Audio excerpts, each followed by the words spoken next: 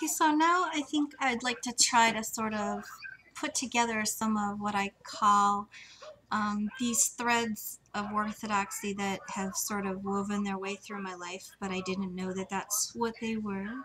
Um, and because I just didn't, you know, have any recognition to understand that that was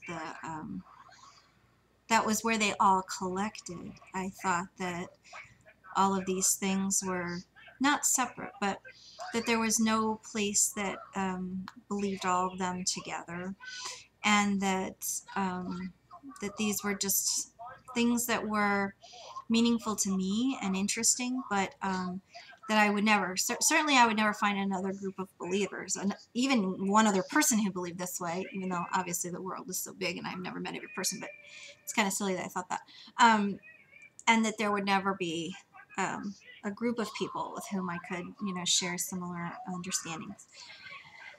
So I'm going to just talk about little different experiences I've had with other faiths and kind of draw parallels that now I see them as that was my soul's cry for orthodoxy. So I think the first time that I ever learned about Sikhs was, let's see, it was in the 90s. It was, I'm going to just guess that it was like 94 because it was at the library. I had,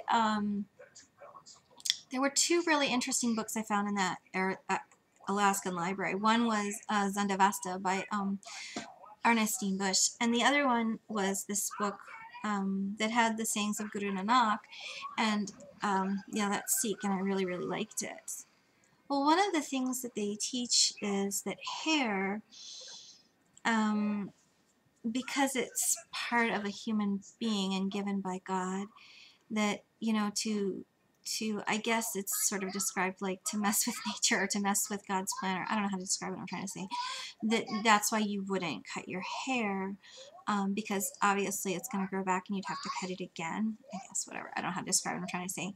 So they don't cut their hair, and that's one of the reasons I guess why they put it up into a turban. I really don't know, but I know that it's also an expression of their faith too. So. I remember when I first learned that, and I thought that that is an expression of the trust of God and the way that He made all of creation was a really interesting example of that. That's what I saw that to be. And I didn't know of any other faith where that was expressed that way. Now, in Judaism, men don't cut the corners of their beard, and women have kind of certain things that they do around the mikvah, which is the ritual bath. But those are in response to the ways in which pagans at the time wore their hair. And because of that, it wasn't generated by another direction. It always felt to me, okay, you do this, I'll do that. Kind of a tit for tat sort of a thing. Defining yourself by someone else's expressions. I don't know how to explain what I'm saying. So when I thought about that, as far as what hair is and what it means, I've gone through different times where I've like not cut and just to see what it felt like and what it offers, and it's just kind of an interesting experiment. If you've got hair, let it grow, whatever, see what it's like. So when I learned that Orthodox, I guess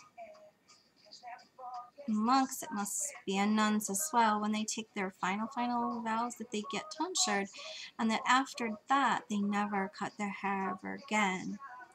And it was like light bulb. That's why I thought it was beautiful.